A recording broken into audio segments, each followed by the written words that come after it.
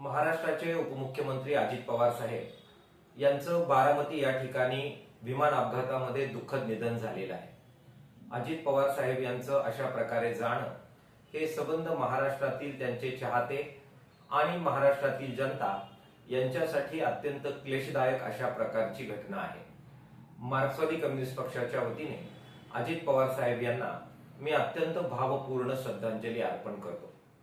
अजित पवार साहेब हे श्रमिक जनतेच्या बद्दल, शेतकऱ्यांच्या बद्दल जे प्रश्न होते ते सोडवण्यासाठी नेहमीच मदत करत असायचे। सत्तेवर असताना आणि विरोधात असताना सुद्धा त्यांच्या अशा प्रकारे मदत करण्याच्या स्वभावाचा अनुभव चळवळीच्या अनेक कार्यकर्त्यांनी घेतलेला आहे। आमच्या चळवळीने सुद्धा तो घेतलेला आहे। नुकताच ऊसाची पहिली उचल ही 3000 पेक्षा जास्त मिळाली पाहिजे यासाठी जे मराठवाड्यात आंदोलन झालं त्यावेळी 7 कारखाने हे नोकेन करत बंद करण्यात आलेले होते।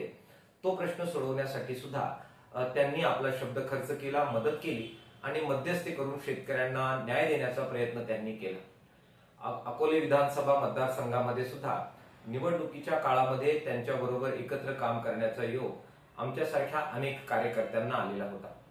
त्याचप्रमाणे नुकतंच जे कर्जमाफीचं आंदोलन झालं त्याच्यामध्ये माननीय उपमुख्यमंत्री अजित पवार साहेब आणि माननीय उपमुख्यमंत्री एकनाथ शिंदे साहेब यांच्या उपस्थितीमध्ये माननीय मुख्यमंत्र्यांबरोबरची बैठक झाली। त्यात सुद्धा शेतकऱ्यांच्या कर्जमाफीबद्दल त्यांनी अत्यंत सकारात्मक भूमिका घेतलेली आम्ही पाहिलेली आहे। त्यांच्या अनेक आठवणी आमच्या सर्वांच्या मनामध्ये ताज्या आहेत। त्यांचं असं जाणं आम्हा सर्वांना अत्यंत वेदना देणार आहे। महाराष्ट्राच्या तमाम श्रमिक जनतेच्या वतीने मी या नेत्याला भावपूर्ण अशा प्रकारची श्रद्धांजली अर्पण करतो।